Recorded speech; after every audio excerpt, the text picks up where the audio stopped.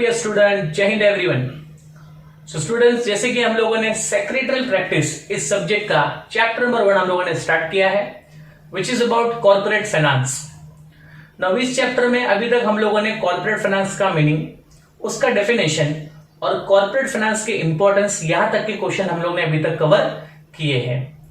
आज के video lectures में मैं आप लोगों को इस चैप्टर का सबसे इंपॉर्टेंट फैक्टर, सबसे इंपॉर्टेंट नॉलेज मैं आपको देने जा रहा हूं, विच इज अबाउट कैपिटल रिक्वायरमेंट। ना ये जो कैपिटल रिक्वायरमेंट का जो कॉन्सेप्ट है, ये आपको आगे के क्वेश्चंस और आगे के चैप्टर को समझने में आपकी बहुत हेल्प करेगा। इसलिए आप इस वीडियो को पूरा एंड तक देखिए, जिससे कि कैपिटल रिक्वायरमेंट का मतलब क्या होता है और एक बिजनेस फर्म किन तरीकों से अपने कैपिटल की रिक्वायरमेंट को करता है, इन सभी चीजों का नॉलेज आपको इस वीडियो के माध्यम से हो जाएगा। Okay, so now let's start with the capital requirement. Now जैसे कि स्टूडेंट्स, आप लोग को ऑलरेडी पता है कि दैट कैपिटल एक बिजनेस फर्म के लिए कितना इंपॉर्टेंट होता है। मैंने आपको पिछले वीडियो लेक्चर में समझाया था कि that capital is a life blood for any business organisation. For example, हमारे लाइफ को चलाने के लिए या हम लोग को सर्वाइवमेंट के लिए जैसे ब्लड की रिक्वायरमेंट होती है, हमारे जिस बॉडी के पार्ट्स में ब्लड सर्कुलेट होता रहता है, हमारा वो पार्ट एक्टिवली काम करता है।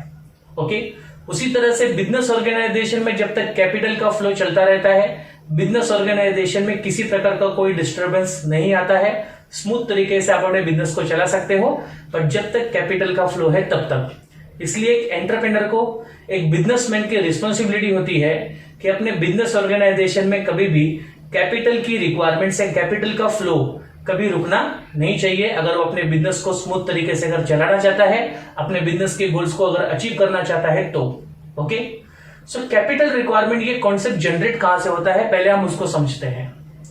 फॉर एग्जाम्पल, अगर कोई इंडिविजुअल है या समझो कोई ग्रुप ऑफ पर्सन है, उन लोगों के माइंड में किसी बिजनेस को स्टार्ट करने का अगर समझो आइडिया अगर जनरेट होता है, अगर कोई आइडिया उनके माइंड में कंसीव हुआ कि let's start something new business, या कुछ हम लोग एक नया व्यापार स्टार्ट करते हैं, तो जब इस नए व्यापार को स्टार्ट करने का, नए बिजनेस को स्टार्ट करने का कॉन्सेप्ट जब सभी लोग सीरियस तरीके से इसको लेते हैं और जब इसके अगले स्टेप पे इस जाते हैं, तो वहां पर सबसे पहले जिस बिजनेस को स्टार्ट करने का है, उस बिजनेस की पहले डिटेल में एनालिसिस करते हैं और किसी एक्सपर्ट के मदद से इस बिजनेस का पूरा फिजिबिलिटी रिपोर्ट जो है वो पहले तैयार किया जाता है ना। फिजिबिलिटी रिपोर्ट का मतलब क्या होता है, जिस रिपोर्ट में बिजनेस को स्टार्ट करने से लेकर के बिजनेस को चलाने तक का जो डिटेल्स होता है, वो सारे डिटेल्स उस फिजिबिलिटी रिपोर्ट में एक्सपर्ट के माध्यम से बनवाए जाते हैं। नाउ आफ्टर फिजिबिलिटी रिपोर्ट बनने के बाद सभी लोग मिलकर ये विचार करते हैं कि हमें इस बिजनेस में कितना प्रॉफिट मार्जिन मिलेगा, हमें इस बिजनेस ऑर्गेनाइजेशन की कमर्शियल वायबिलिटी कितनी होगी, कितना अमाउंट ऑफ प्रॉफिट, कितना परसेंटेज ऑफ मार्जिन हम इस बिजनेस से जनरेट कर पाएंगे। इन सभी बातों का यहाँ पर डिस्कशन पहले किया जाएगा और जब सभी लोग इन सभी बातों से सहमत होंगे, सभी लोग इन बातों से एक्सेप्टेंस करेंगे, तो अब इस बिजनेस ऑर्गेनाइजेशन को स्टार्ट करने का सबसे पहला और सबसे प्रैक्टिकल स्टेप लिया जाएगा, जिसको हम लोग फर्स्ट एंड फॉरमोस्ट स्टेप भी कह सकते हैं, and which is about to decide the capital requirement of business.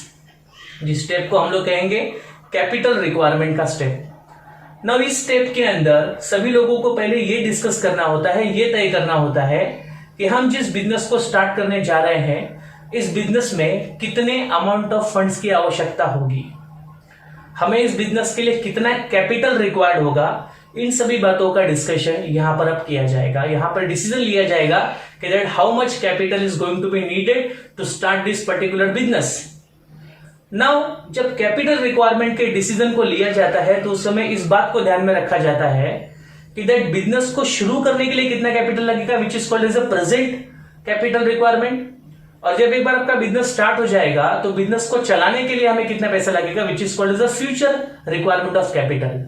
तो for deciding capital requirement we have to consider the present requirement of capital as well as future requirement of capital. ये दोनों समय के capital की requirement को हमें ध्यान में रखना होगा कैपिटल की रिक्वायरमेंट का डिसीजन लेने के लिए। इसके साथ ही साथ कैपिटल की रिक्वायरमेंट का डिसीजन लेते समय हमें उस कैपिटल रिक्वायरमेंट में कितना फिक्स कैपिटल का पार्ट होगा और कितना वर्किंग कैपिटल का पार्ट होगा, इस बात को भी कंसीडर करना होगा अगेन कैपिटल रिक्वायरमेंट का डिसीजन लेते समय। तो पहले हमें किस बात का ध्यान रखना पड़ा, present capital requirement and future capital requirement, और हमें यह ध्यान रखना होगा कि कैपिटल रिक्वायरमेंट में हमें कितना फिक्स कैपिटल की रिक्वायर्ड है और कितनी वर्किंग कैपिटल की रिक्वायर्ड है। ये जो फिक्स कैपिटल और ये जो वर्किंग कैपिटल होता है, यही दो कैपिटल मिल करके आपके बिजनेस ऑर्गेनाइजेशन की कैपिटल रिक्वायरमेंट को कंप्लीट करता है। तो हम अगर ऐसा कहें कि that capital requirement is equal to fix capital plus working capital, तो ये बनेगा आपका टोटल कैपिटल रिक्वायरमेंट। तो किसी भी बिजनेस में जब कैपिटल की गरज होती है, कैपिटल की आवश्यकता होती है, तो ये भी तय करना होता है कि कौन से टाइप का कैपिटल आपको चाहिए। आपको फिक्स कैपिटल चाहिए या आपको वर्किंग कैपिटल चाहिए, आपको बिजनेस में असेट खरीदने के लिए पैसा चाहिए या आपको बिजनेस के रॉ मटेरियल खरीदने का पैसा चाहिए, आपको बिजनेस को स्टार्ट करने का पैसा चाहिए या आपको बिजनेस चलाने का पैसा चाहिए। इन सभी बातों को पहले से डिटरमाइन करना होता है। तो बिजनेस को स्टार्ट करने के लिए जो कैपिटल लगेगा, असेट्स खरीदने के लिए जो कैपिटल लगेगा, उसे हम क्या कहेंगे, फिक्स कैपिटल। और बिजनेस को डे टू डे एक्टिविटीज को चलाने के लिए जो पैसा लगेगा, उसे हम लोग कहेंगे वर्किंग कैपिटल। तो इन दोनों कैपिटल के कॉन्सेप्ट्स को हम ऐड करके यहां पर अगर कलेक्ट करेंगे तो वो हमारे बनेगा बिजनेस का कैपिटल रिक्वायरमेंट। तो यहां से एक बात आपको ध्यान में रखनी है कि किसी भी बिजनेस को जब कैपिटल की रिक्वायरमेंट होती है तो उसमें दो टाइप के कैपिटल का समावेश होता है। एक होता है फिक्स कैपिटल और दूसरा होता है वर्किंग कैपिटल। ओके, अब कैपिटल रिक्वायरमेंट के कॉन्सेप्ट को कंप्लीटली समझने के लिए हमें फिक्स कैपिटल और वर्किंग कैपिटल, इस दोनों कॉन्सेप्ट को यहां पर अब समझना पड़ेगा। तो now let's start to understand what is fix capital. Fix capital का मतलब क्या होता है? तो fix capital is the capital which is used for buying a fix asset for a business organisation. तो बिजनेस ऑर्गेनाइजेशंस के लिए जब हम लोग फिक्स असेट्स को परचेस करने के लिए जो कैपिटल यूज करते हैं, उसे कहते हैं फिक्स कैपिटल। देखो, कैपिटल में भी फिक्स लगा हुआ है और इसकी मदद से जो असेट हम लोग परचेस कर रहे हैं वो असेट भी कैसा है, फिक्स्ड है। Now fix capital is also called as a permanent capital. Why permanent capital? क्योंकि फिक्स कैपिटल की मदद से हम लोग ने जो फिक्स असेट परचेस किए हैं वो असेट हम अपने बिजनेस ऑर्गेनाइजेशन में लॉन्ग टाइम तक यूज करते हैं, परमानेंट टाइम के लिए यूज करते हैं, इसलिए फिक्स कैपिटल को हम लोग परमानेंट कैपिटल भी कह सकते हैं। अभी फिक्स असेट परमानेंट कैपिटल भी कह सकते हैं क्योंकि इससे हमने जो फिक्स असेट लिया है वो लॉन्ग टाइम तक हम अपने बिजनेस में यूज करते रहेंगे। अभी फिक्स कैपिटल की रिक्वायरमेंट बिजनेस ऑर्गेनाइजेशन को कब कब होती है? अगर कोई व्यक्ति नया बिजनेस स्टार्ट करने जा रहा है तो अगेन उसको कुछ फिक्स रिसोर्सेस लगेंगे, जैसे कि land and building, furniture, equipment, machinery etcetera, ये सारे असेट्स उसको रिक्वायर्ड होंगे। तो बिजनेस को शुरू करने के लिए भी फिक्स कैपिटल की रिक्वायरमेंट होती है। इसके साथ ही साथ अगर कोई बिजनेस बहुत सालों से अगर एग्जिस्टिंग है और उनको अपने बिजनेस ऑर्गेनाइजेशंस को अगर मॉडर्नाइज करना है या उसको डाइवर्सिफाई करना है या उसका एक्सपांशन करना है, तो again for that purpose also there is a requirement of fix capital. मतलब आपको आपके बिजनेस ऑर्गेनाइजेशन जो आप कई सालों से चला रहे हो, अगर उसे आपको बढ़ाना है या उसमें कुछ आपको नए चेंजेस लाने हैं, उसकी टेक्नोलॉजी आपको बदलनी है, तो वहां पर भी आपको फिक्स कैपिटल की रिक्वायरमेंट होती है। ओके, नाउ फिक्स कैपिटल की जो रिक्वायरमेंट होती है वो इनिशियल लेवल पे मतलब जब कोई बिजनेस स्टार्ट होता है तो उस समय फिक्स कैपिटल की रिक्वायरमेंट को कौन तय करता है? तो फिक्स कैपिटल की रिक्वायरमेंट को तय करते हैं प्रमोटर्स। नाउ प्रमोटर्स मतलब कौन होते हैं? जो लोग बिजनेस को स्टार्ट करने का आइडिया जनरेट किया, उन्हें हम लोग क्या कहेंगे? प्रमोटर्स। तो किसी भी बिजनेस को शुरुआत में फिक्स कैपिटल कितना लगेगा, इस बात को तय करते हैं प्रमोटर्स। ना प्रमोटर्स इस बात को कैसे तय करेंगे सर? तो उसके लिए वो लोग इस बात को डिसाइड करेंगे कि हम लोग इस बिजनेस को कौन से एरिया में ऑपरेट करेंगे। तो उस एरिया का कॉस्ट ऑफ लैंड कितना होगा या कॉस्ट ऑफ कंस्ट्रक्शन कितना होगा, या हमें जो मशीनें इस बिजनेस ऑर्गेनाइजेशन को स्टार्ट करने के लिए चाहिए, उन सभी मशीनों की, उन सभी इक्विपमेंट की यहां पर पहले लिस्ट बनाई जाएगी। फिर सभी असेट्स का यहां पर जो कॉस्ट होगा उसको एस्टिमेट किया जाएगा। And after making a estimation of all the types of assets, सारे असेट्स की कॉस्ट को एस्टिमेट करने के बाद उसका जो भी टोटल होगा, उस टोटल को हम लोग कहेंगे यही हमारे बिजनेस की फिक्स कैपिटल रिक्वायरमेंट है, जिसकी मदद से हम अपने बिजनेस के लिए फिक्स असेट परचेस कर सकते हैं। ओके, तो ये मैंने आपको बताया that what is the fix capital. अगर हम अभी के जमाने की बात अगर करें, मॉडर्न जमाने की बात अगर करें, तो मॉडर्न जमाने में तो हमें फिक्स कैपिटल का ख्याल बहुत रखना पड़ता है। क्यों? क्योंकि आज के जमाने में जो प्रोसेस इंडस्ट्रियां होती है, मतलब जिन इंडस्ट्रियों में वस्तुओं का उत्पादन होता है, उसके अंदर प्रोडक्शन प्रक्रिया होती है, तो ऐसी इंडस्ट्रियों के अंदर हमें मॉडर्न और ऑटोमेटेड मशीन जो होती है वो हमें इंस्टॉल करनी होती है। और मॉडर्न हैवी ऑटोमेटेड मशीन्स के लिए we have to spend a lakhs of rupees, crores of rupees. So ये कैपिटल की रिक्वायरमेंट को डिसाइड करना, डिटरमाइन करना किसी भी बिजनेस ऑर्गेनाइजेशन के लिए बहुत ही इंपॉर्टेंट होता है। ओके, तो ये मैंने आपको बताया फिक्स कैपिटल। अभी फिक्स कैपिटल को फिक्स कैपिटल के लिए अमाउंट कहां से जनरेट करेंगे? अब ये तो हमने तय कर लिया कि फिक्स कैपिटल क्या होता है, उसका एग्जैक्टली कहां पर यूज किया जाता है, लेकिन फिक्स कैपिटल के लिए पैसा आएगा कहां से? From where we should generate, from where we should create this fix capital amount. तो फिक्स कैपिटल की अमाउंट को क्रिएट करने के लिए there are many sources are there, like by issuing of a shares को इश्यू करके हम fix capital collect कर सकते हैं। डिबेंचर्स बेच करके, मतलब पब्लिक से लोन लेकर के भी हम लोग फिक्स कैपिटल कलेक्ट कर सकते हैं। उसके अलावा अगर आपकी गवर्नमेंट कंपनी है तो वो पब्लिक को बॉन्ड सेल करके भी फिक्स कैपिटल के लिए पैसे अरेंज कर सकती है। इसके अलावा हम अपने बैंक से या फाइनेंशियल इंस्टीट्यूशन से लॉन्ग टर्म का लोन लेकर भी अपने फिक्स कैपिटल की रिक्वायरमेंट को कंप्लीट कर सकते हैं। तो ये सारे मैंने आपको सोर्सेस बताया जिन माध्यमों से हम अपने बिजनेस ऑर्गेनाइजेशन के लिए फिक्स कैपिटल को अरेंज कर सकते हैं। तो क्या क्या माध्यम मैंने बताया? Issue of shares, issue of debentures, issue of bonds. लेकिन बॉन्ड्स इश्यू कौन कर सकता है? सिर्फ government company. And after that long term loan from the bank and financial institution, जिसके माध्यम से हम अपने बिजनेस की फिक्स कैपिटल को अरेंज कर सकते हैं। तो यहां तक जो मैंने डिस्कशन आपके साथ किया, ये सारा फिक्स कैपिटल के बारे में था। नो, दूसरा कॉन्सेप्ट जो कैपिटल रिक्वायरमेंट के लिए इंपॉर्टेंट है वो है working capital. No, working capital क्या होता है?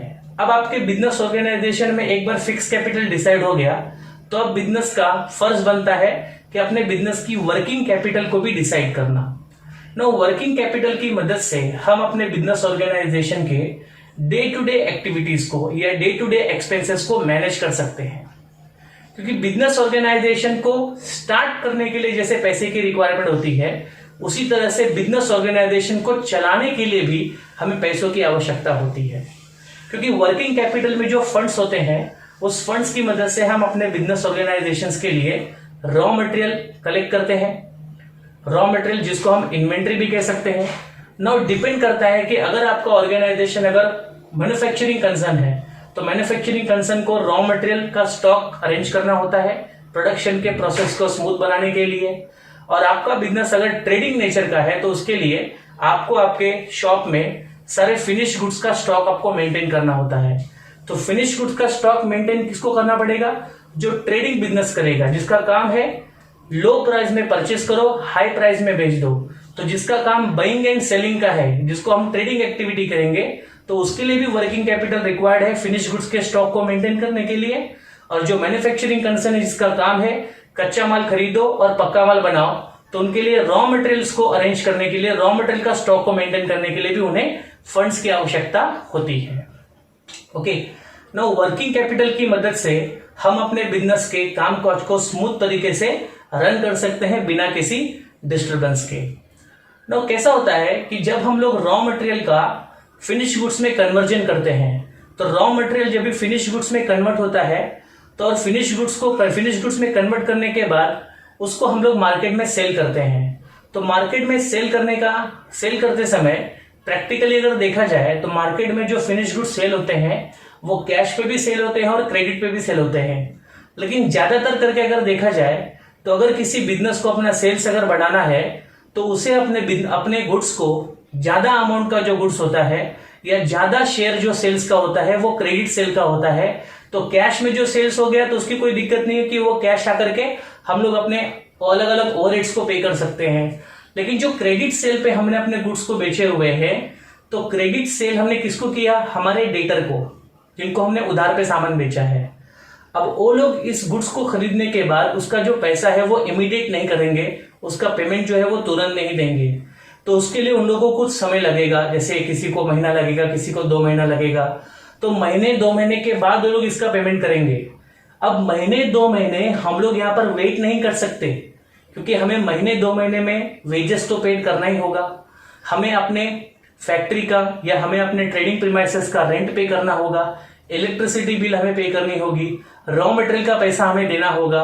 तो ये सब चीजों का पेमेंट हम रोक नहीं सकते, भले कस्टमर के पास से पैसा हमें 2 महीने बाद मिले या 3 महीने बाद मिले, लेकिन बाकी के जो खर्चे होते हैं वो हमें रेगुलर तरीके से मीट करने होते हैं। इसलिए हमारे पास हमेशा बिजनेस को चलाने के लिए एक्स्ट्रा अमाउंट की रिक्वायरमेंट होनी चाहिए, एक्स्ट्रा अमाउंट का अरेंजमेंट होना चाहिए। इसी एक्स्ट्रा अमाउंट के अरेंजमेंट को, जिसकी मदद से हम अपने बिजनेस के, जब तक हमारा कैश डेटर से नहीं मिल जाता तब तक का मैनेजमेंट जो हम बिजनेस के खर्चों का करेंगे, उसी को हम लोग कहेंगे वर्किंग कैपिटल।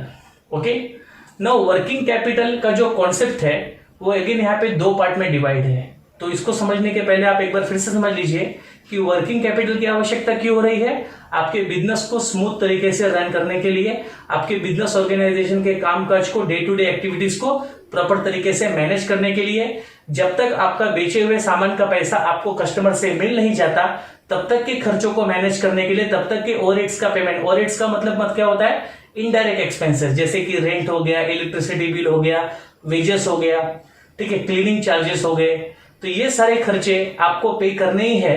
तो जब तक आपका डेटर के पास से पैसा आपको नहीं आ जाता तब तक के खर्चों को पे करने के लिए जो कैपिटल आपको रिक्वायर्ड होता है उसको हम लोग कहते हैं working capital. No, working capital के यहाँ पर 2 कॉन्सेप्ट है, उसको आप समझ लीजिए कि दैट वर्किंग कैपिटल के 2 कॉन्सेप्ट में एक कॉन्सेप्ट है जिसको हम लोग कहते हैं ग्रॉस वर्किंग कैपिटल, और दूसरा होता है net working capital. Now gross working capital और नेट वर्किंग कैपिटल का मतलब क्या होता है कि gross working capital is equal to आपके बिजनेस ऑर्गेनाइजेशन के टोटल करंट असेट। ना, टोटल करंट असेट मतलब क्या होता है कि आपके बिजनेस में जितने भी करंट असेट है, मतलब जो असेट आपके बिजनेस ऑर्गेनाइजेशन में शॉर्ट पीरियड के लिए होते हैं, for the period of less than 1 year के लिए होते हैं, उन्हें हम लोग कहते हैं current asset. For example, stock आपके पास जो है फिनिश गुड्स का हो चाहे रॉ मटेरियल का हो, ओके, 1 साल के ऊपर रहने वाला नहीं है, तो वो स्टॉक ऑफ रॉ मटेरियल और स्टॉक ऑफ फिनिश गुड्स आपके लिए कौन सा असेट है, करंट असेट है। बाद में डेटर्स को आपने जो गुड्स सेल किया उसके पास से जो अमाउंट आपको रिसीवेबल है वो भी आपके लिए क्या है, करंट असेट्स है। और प्लस आपके पास जो एक्स्ट्रा कैश अवेलेबल है वो एक्स्ट्रा कैश भी आपका करंट असेट्स है। तो जब हम हमारे बिजनेस ऑर्गेनाइजेशन में जितने भी करंट असेट्स है, जिसमें स्टॉक आ गया, डेटर्स आ गया, कैश आ गया, कस्टमर से मिलने वाला पेमेंट आ गया, इन सभी को अगर हम ऐड करें तो इसको हम कहेंगे करंट असेट। तो इस करंट असेट को अगर हम टोटल करें तो ये बनता है ग्रॉस वर्किंग कैपिटल का कॉन्सेप्ट। और जो नेट वर्किंग कैपिटल है तो वहां पर नेट वर्ड यूज हुआ है और यहां पर ग्रॉस वर्ड यूज हुआ है। तो ग्रॉस वर्किंग कैपिटल में हमने पूरे करंट असेट का टोटल मार दिया, लेकिन नेट वर्किंग कैपिटल जो है वो कहता है कि दैट टोटल करंट असेट आपके बिजनेस में जो अवेलेबल है उसमें से आप अपने बिजनेस की सारी शॉर्ट टर्म लायबिलिटियों को लेस कर दो। शॉर्ट टर्म लायबिलिटी मतलब जो आपके बिजनेस के ऊपर 1 साल से कम पीरियड के लिए होती है। फॉर एग्जाम्पल, आपके बिजनेस ने क्रेडिटर से सामान खरीदा होगा, रॉ मटेरियल खरीदा होगा, फिनिश गुड्स खरीदा होगा, तो उसका उधार आपके ऊपर है। प्लस आपने उसके साथ साथ बैंक से शॉर्ट टर्म के लिए लोन लिया होगा, उसका उधार भी आपके ऊपर है। तो ऐसे जो शॉर्ट टर्म के लोन होते हैं इसको हम लोग बोलते हैं करंट लायबिलिटी। तो आप अपने बिजनेस के टोटल करंट असेट में से जब करंट लायबिलिटी को लेस कर देते हो तो जो बैलेंस आपको मिलता है उसको हम लोग कहते हैं नेट वर्किंग कैपिटल। ओके, तो ग्रॉस वर्किंग कैपिटल का मतलब क्या होता है कि आपके बिजनेस के टोटल करंट असेट, और नेट वर्किंग कैपिटल का मतलब होता है the difference between the current asset and current liability के बीच में जो गैप होती है उसको हम लोग कहते हैं नेट वर्किंग कैपिटल। ओके, तो ये सब डिस्कशन था वर्किंग कैपिटल से, वर्किंग कैपिटल के बारे में। So please go through with these 2 concepts of this capital requirement. First is a fixed capital and another one is a working capital, to understand the capital requirement very clearly. Okay, so thank you everyone, take care, Jai Hind.